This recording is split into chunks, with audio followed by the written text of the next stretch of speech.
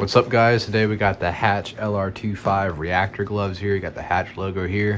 This is what it looks like. It's a leather glove. It's pretty cool. I got this for about 20 bucks on eBay, or $19.50. I know some crazy ass Florida guy who was selling these pair of gloves for about 20 bucks.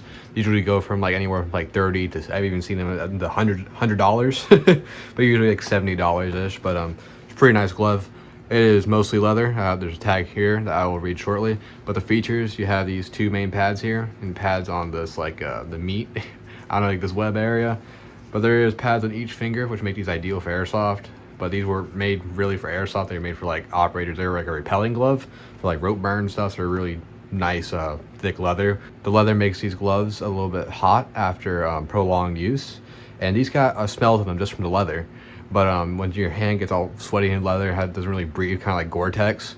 This glove, it is not desirable and start to smell bad. So some people didn't like this glove because of the leather, but you know, leather glove's leather glove. You have the trigger finger. It doesn't have any pads on it, so you get inside your firearm or whatever the hell, drill, if you're like a fucking contractor or some shit.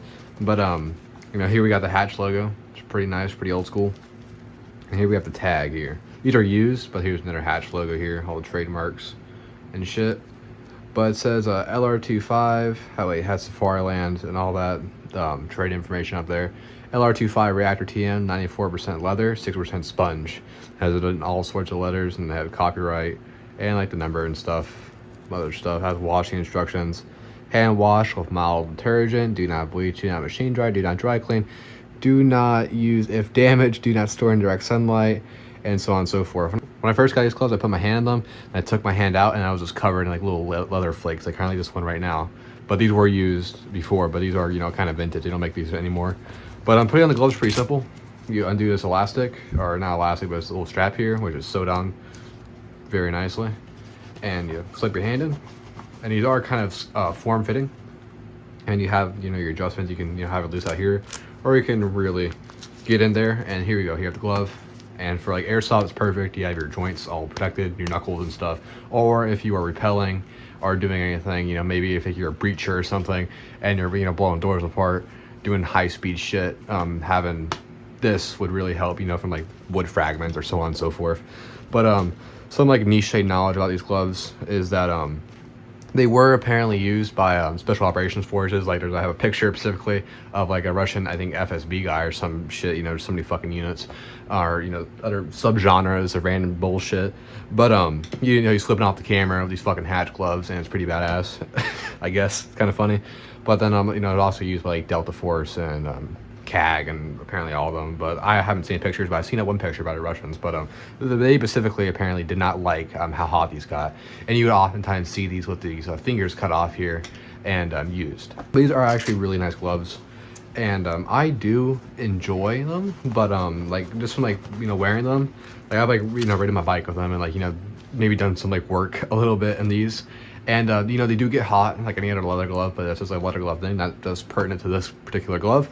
But the only thing is that sometimes when you're doing a lot of this, it might be a bit hard, because you might feel like you're like restricted with mobility, like you're not too tactile, because you know you are pushing against leather, but the leather will kind of go inwards to your hand and start getting like a blister here.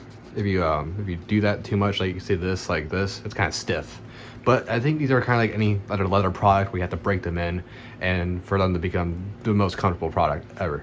But some other stuff about the Hatch LR25 gloves, as you guys can see here, is that the Russians copied it for their 6 SH-122 gloves, and yeah, I show some pictures here, but literally it's the exact same thing, just minus this, and I think these are like fused.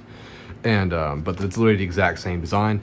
But they have now rolled out newer generations of that same glove design that are like tan instead of the black, so it's not as noticeable. But these gloves are kosher for a lot of old school, late 90s, early 2000s special operation for like US, Russia, and like everybody else, because, you know, Hatch was pretty big back then, and it still kind of is. But I don't think they sell these anymore. But these are pretty cool.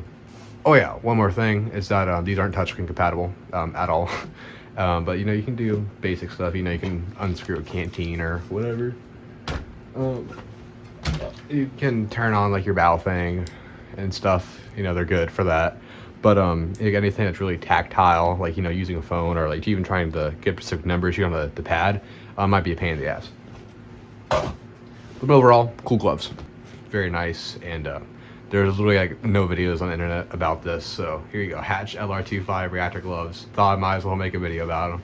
Thank you guys for watching, and goodbye.